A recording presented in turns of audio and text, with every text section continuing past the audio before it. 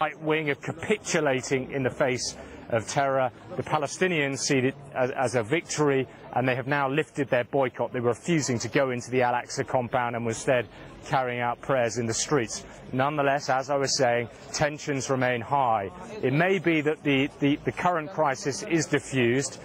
We are expecting more clashes today. It's the holy day in the Islamic week, but after today things may start getting back to normal. That is the hope on all sides now, but certainly at the moment it is still fairly tense here in Jerusalem.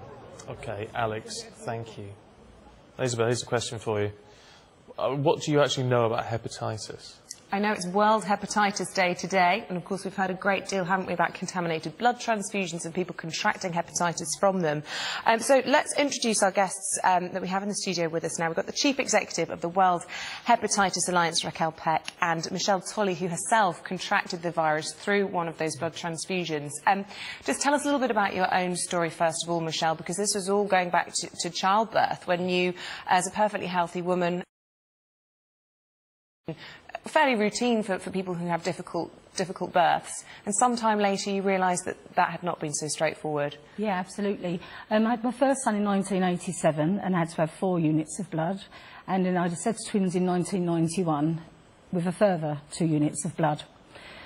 We took over a few years. An advert come on the television saying that if you'd had different various things, so blood transfusions, dentistry, tattoos, maybe shed needles, various other different bits and pieces, to go and contact your GP before a certain date in 1991 and request to have a hepatitis C test. And did you feel healthy at that point when you saw the advert, or did a little light go off in your head going...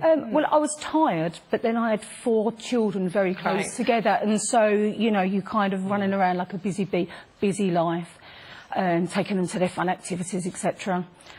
So dutifully I went along to my GP at the time, I think it was around about 1994, explained that I'd had 2 blood transfusions before the bloods were screened, and he basically told me to go away. Don't be silly, you won't have that. It made me feel like I'd wasted his time, but I trusted my GP, and off I went to carry on with my life. And it's only by chance that 28 years later, literally by chance, that a blood test had come back irregular, that I'd remembered that I'd had the transfusion and said to a different GP, so we'd moved, I had 2 transfusions, and he was like, oh no. And he phoned me the next day, said that I was positive. Which... Look, I mean, we've heard, most people have heard, Raquel, about hepatitis and hepatitis B and C particularly.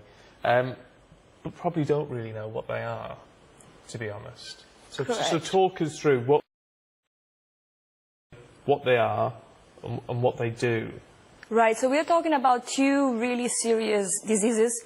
We're talking about deadly viruses that attack the liver. And what they share in common is the fact that, what Michelle was saying, they are silent diseases. So you don't feel any symptoms. Normally you're tired. So you have many people living with these diseases right now, probably eating their breakfast or even watching this program, that can be at risk of serious liver disease. And another thing, as you mentioned about how you could contract it, these are blood-borne viruses, meaning that you contract it if you get in touch with contaminated blood. And that could be, like in the case of Michelle, for instance, a blood transfusion, but also unsterilized medical equipment or dental equipment, or even unsterilized tools in tattoo parlors and beauty salons when you're doing your manicures. So it's a very serious public health threat. And so what can be done about it if you're found to have contracted some form of hepatitis? What can actually be done? Right, so even though they are such big health issues, for hepatitis C we have a cure, which is great news. So we're asking everybody, please, if you feel you have been at risk, go get tested and then ask for treatment. For hepatitis B, we have effective treatments. So you can control the disease and hopefully not have your liver deteriorate. So there are solutions right now. And I just wanted to remind, for hepatitis B, there's a vaccine as well.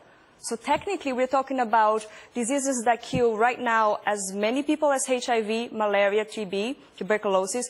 People don't know what they are, and yet we have solutions. So we could potentially eliminate these deadly viruses within our lifetimes. And you know, there are these solutions, but you have been through the mill, just listing all the things you've suffered from, not only just chronic tiredness, but